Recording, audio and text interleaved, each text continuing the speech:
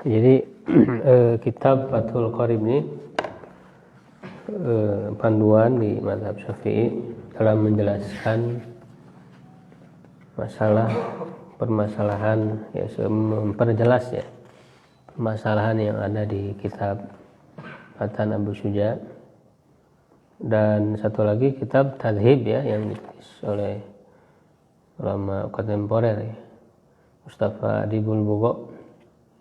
Beliau menulis kitab Tadhib fi Adilati Matan Ghayah wa Taqrib. Ini kita untuk mengetahui dalil-dalilnya. Di kitab ini disebutkan dalil-dalil intinya. Ya. Di Fathul Qorib dijelaskan faslun ya fi dzikri syai'in minal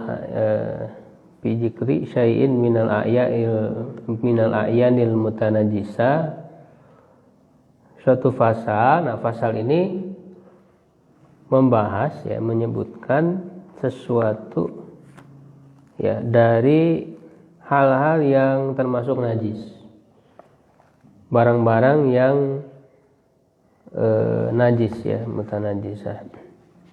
Wa ma yathuru minha bidibag wa ma la yathur, dan apa yang bisa suci ya, bisa suci darinya dengan cara disamak ya, dengan cara disamak. Wa ma la yathur ya, dan apa yang tidak bisa disucikan dengan disamak.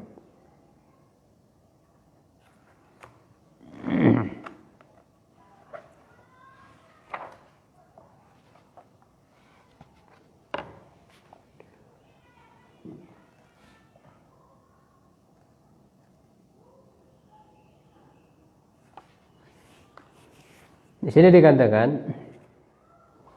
karena memang Matan Abu Syuja ini ya adalah ringkasan kesimpulan-kesimpulan fikihnya. Wa juludul maitati, dan kulit bangkai, tathuru bidibag ya, suci ya, menjadi suci bersih dengan disamak. Illa jildal kalbi wal khinzir, kecuali kulit anjing dan babi.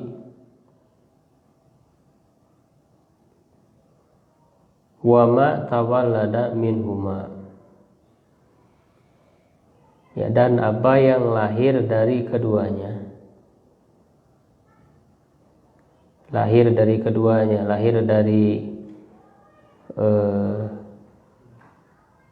yang apa, ayah dan ibunya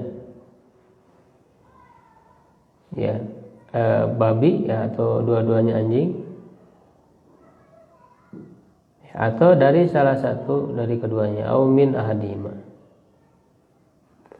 atau salah satu dari keduanya. Maksudnya ayah ibunya itu yang satu babi atau anjing misalnya, tapi yang satu lagi selain babi dan anjing. Jadi misalnya anjing kawin gitu dengan domba, lahirlah anak campuran anjing dan domba itu. Nah, keturunannya itu, anaknya itu tetap hukumnya seperti anjing dan babi, yang tidak bisa disucikan kulitnya dengan cara disamak. Wa azmul maitati wa sya'ruha najisun illal adamiyah, dan azmu tulang bangkai dan rambutnya, wa sya'ruha.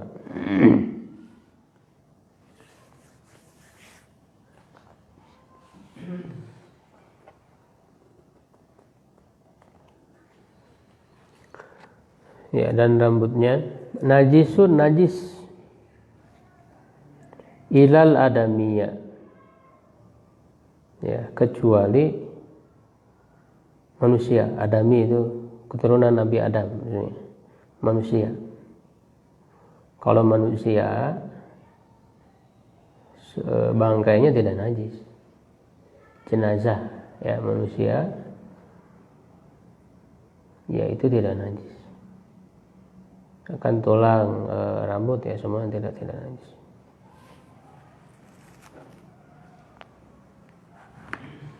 Nah, apa dalilnya? Dalilnya dalam Sahih Muslim, hadis nomor 316 dari Abdullah ibnu Abbas ya radhiyallahu anhuma, qala, dia berkata, sami'tu Rasulullah sallallahu alaihi wasallam yaqul, ya, aku mendengar Rasulullah sallallahu alaihi wasallam bersabda, idza dubighal ihabu faqad tahura. Ya, apabila kulit itu disamak, maka sungguh dia suci.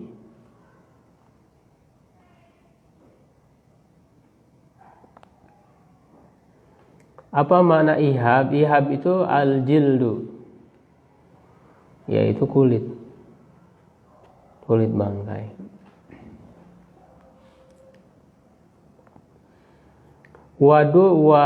Dubigo, makna dubigo, apa makna dubigo itu?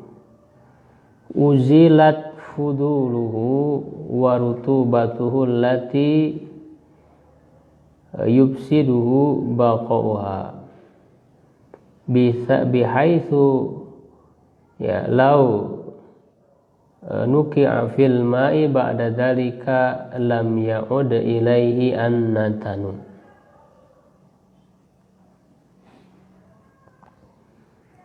Jadi yang namanya dubigo disamak itu dihilangkan sisa-sisanya, karena kan di kulit itu ada yang menempel, ya ada yang menempel sisa-sisanya, darah dan sebagainya.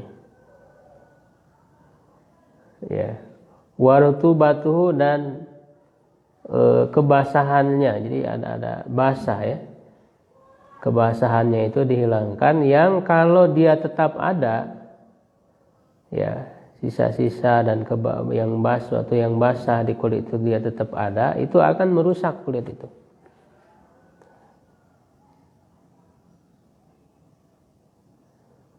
Ya, dimana kalau setelah disamak itu lalu dibersihkan oleh air, maka hilanglah baunya.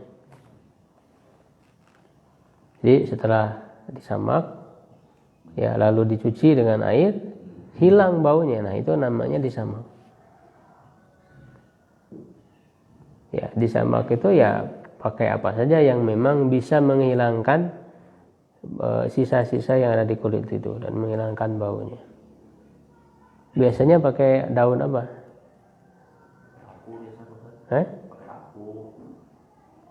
Iya, jadi daun-daun bisa juga yang pedas ya, yang ya disebutnya itu pedas, yang bisa menghilangkan itu.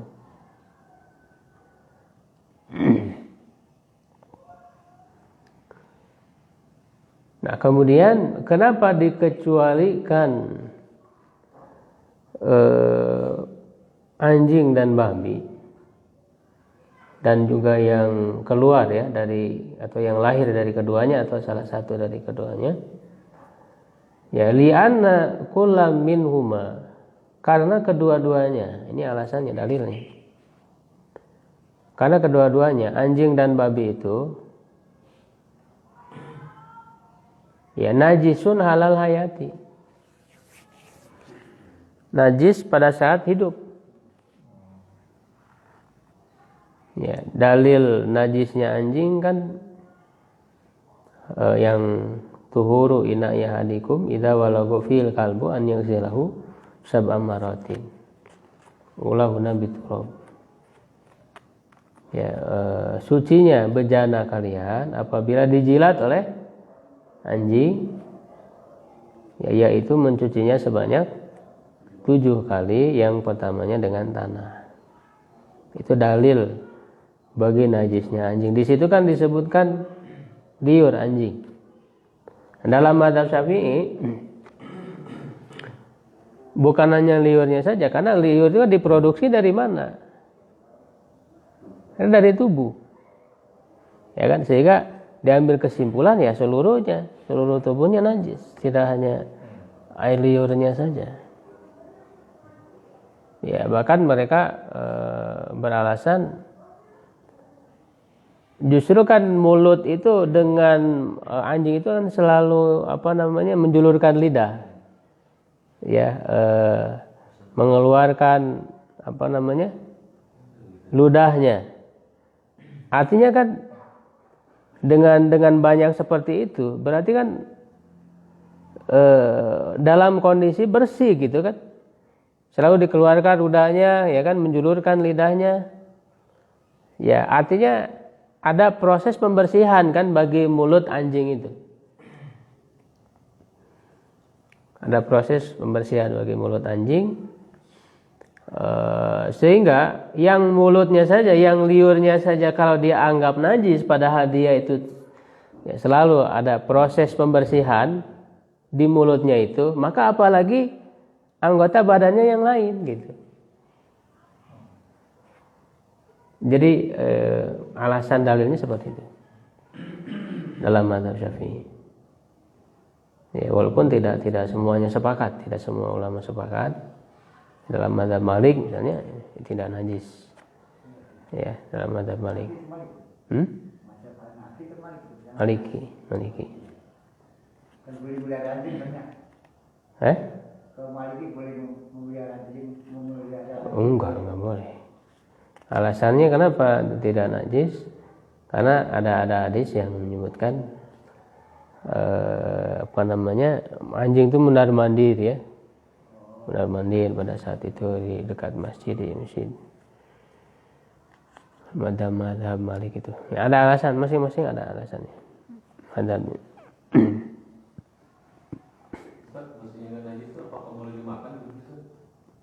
Ya nggak boleh lah. Jangan dimakan. Yang najis itu kan kalau dia terkena najis itu kan harus dihilangkan, terutama pada 3 hal: di badan, pakaian, dan tempat sholat. Kaitannya dengan sholat, karena syarat sah sholat itu suci dari najis. Kalau tahu ada najis sholat di situ nggak sah sholatnya. Ya. Tahu di baju itu ada najis, lalu sholat pakai baju itu, tidak sah sholatnya. Itu kaitannya tentang masalah najis. Tapi kalau di luar sholat bisa kena najis, ya itu kan tidak apa-apa kan. Yang jelas tentu harus dihilangkan, segera dihilangkan najis itu. Ya, kalau di luar sholat. Ustaz, di komplek anak ada Ustaz, tiap hari itu bawa anjing keluar. Tapi saksi-saksi mencerita, semua ada Ustaz, bingung tuh. Kalau memelihara di rumah sebetulnya kan itu dia banyak sentuhan dengan anjing. Yang mengatakan tidak najis pun kalau memelihara itu tidak menganjurkan juga melihara anjing, karena memang ada hadis-hadis lain yang malaikat tidak masuk kan kalau ke rumah yang ada anjingnya di sana. Pertanyaan saya itu, kalau pakaiannya misalnya ada najis, dia tahu itu ada najis, sholatnya nggak sah. Orang misalnya kan dalam junub, itu kan kotor kan, berarti ada najisnya. Dia kan kemudian kalau junub, kalau air mani di mazhab Syafi'i tidak najis. Air mani. Ya, nanti di akhir jawab kita tanya jawabnya kita selesaikan dulu bahasannya. Ya, jadi kenapa anjing dan babi ini dianggap najis dan kulitnya tidak bisa suci dengan disambal? Haram tak?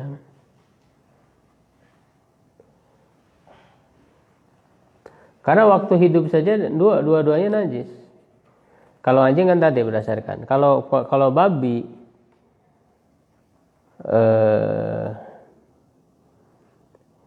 juga dalilnya itu dikiaskan kepada anjing karena memang babi kan diharamkan, jadi lebih buruk daripada anjing. Ya, lebih buruk daripada anjing. Ya, fala yathur juz'uhu ba'dal mamati min babin aula. Ya. Maka sebagian tidak suci ya setelah kematiannya itu lebih utama. Pada saat hidup saja najis, apalagi ketika sudah jadi bangkai gitu, ketika mati, maka tidak bisa disucikan dengan cara disama anjing dan babi itu. Selain memang sebetulnya babi itu kan kayaknya nggak ada kulitnya kan ya, sebetulnya babi itu ada kulitnya, licin kan ya ini.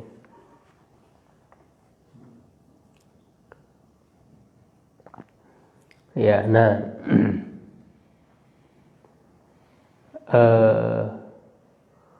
kemudian di sini jelaskan hurimat alaikum. Kenapa bangkai dianggap sebagai najis? Apa dalilnya?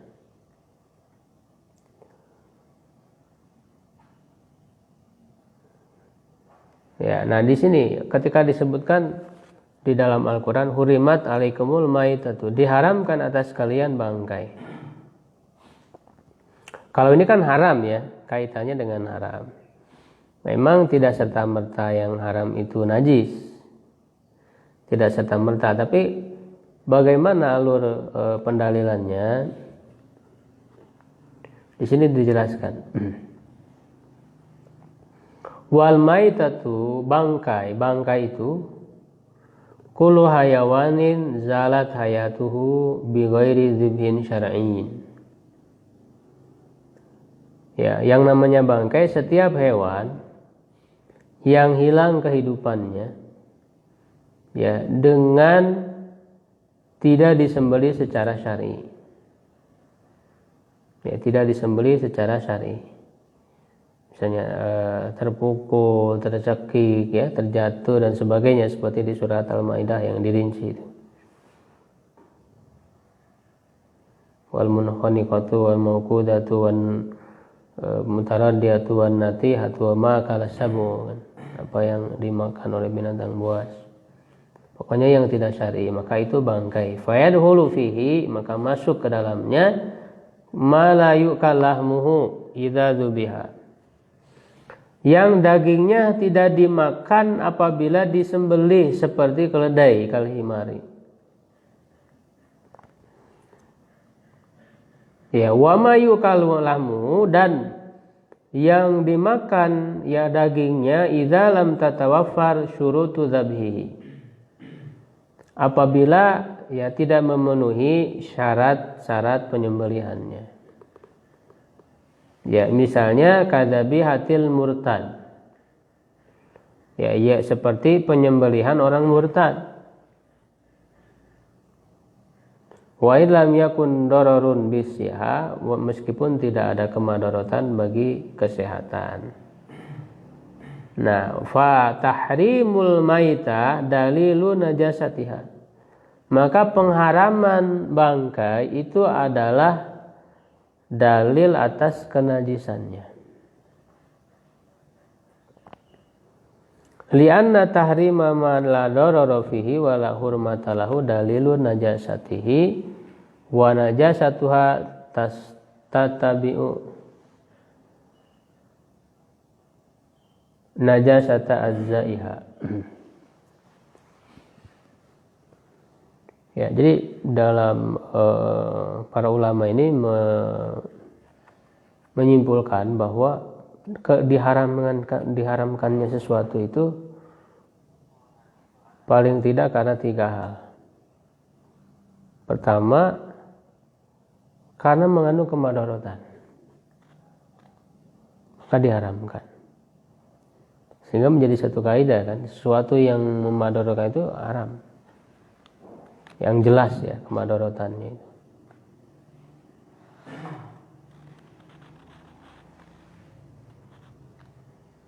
kayak daging babi ya, homer, itu jelas kemadorotannya. Yang kedua karena dimuliakannya seperti manusia kan dimuliakan